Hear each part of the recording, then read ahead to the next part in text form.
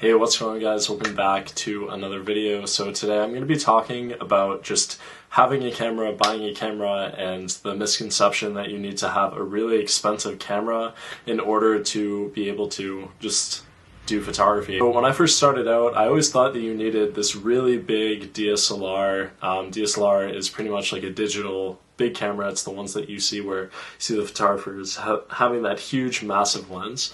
And that's the one that I'm recording on now. And the reason why I have that, I will get to that point in a sec, but what I want to just explain to most of you is that you do not need an expensive camera. The camera that I have ranges, I think, anywhere from $2,500 to like $3,000.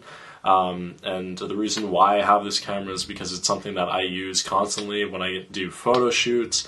And it just does the job for everything. But if someone like yourself, whoever is watching this, is just starting out, the misconception that you need to have a camera that is that big is such a lie, and you should not be spending your money on a camera of that caliber, especially if you're first starting out.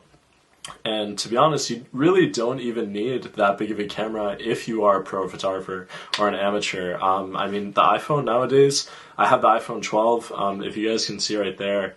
I mean, honestly, the cameras have gotten so good on these iPhones, it's ridiculous, the amount of editing apps. I pretty much use editing apps for my entire photos on the iPhone itself, which is just really crazy, and I will shoot a video talking about what apps I use.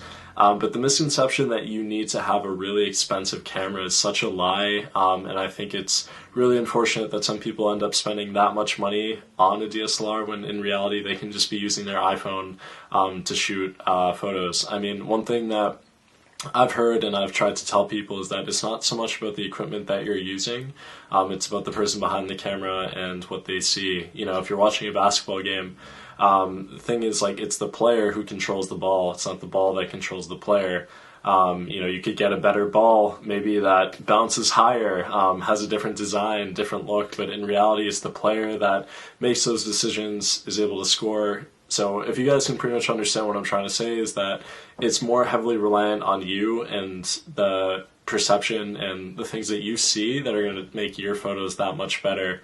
Everything that you learn as you further go on in photography is just little steps, you know, learning to edit, lighting, ways to use your camera. But to be honest, I recommend to anyone that is trying to get into photography, literally just use the iPhone.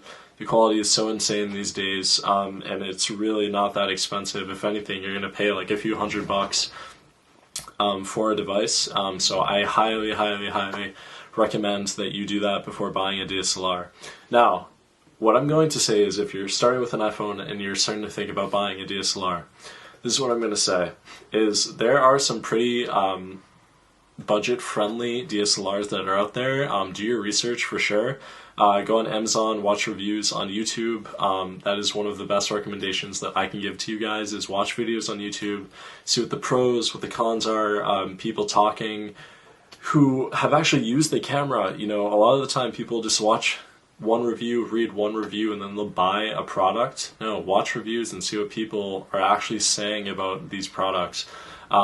But anyways, the Canon kind of basic tier DSLRs are really great. You can do pretty much everything with them. The only thing that really changes once you get onto like kind of the more expensive DSLRs is that just in terms of things that you can do on the camera, just little features, image quality, you know, little things where currently I'm looking into a recording device or into a monitor, so I'm able to see myself. But to be honest, once again, just to reiterate, the main thing that I want you guys to understand from this video alone is it does not matter so much as to what camera you're using. It matters more about the person who is taking the photo and learning from there. So anyways, I hope that helps you guys and gives you kind of a better image of what to actually be focusing on if you are pursuing photography or if you're just interested in photography in general. So hopefully that helps, and make sure to subscribe. Thank you guys so much who checked out the video I put out on Instagram that I had made the new channel. A bunch of you guys were able to watch the video. Some subscribed, some liked, so I greatly appreciate it. And yeah, looking forward to posting a lot more content, and thank you guys so much once again for the support, and let me know what type of video you guys would like to see in the comments below. So peace out, bye.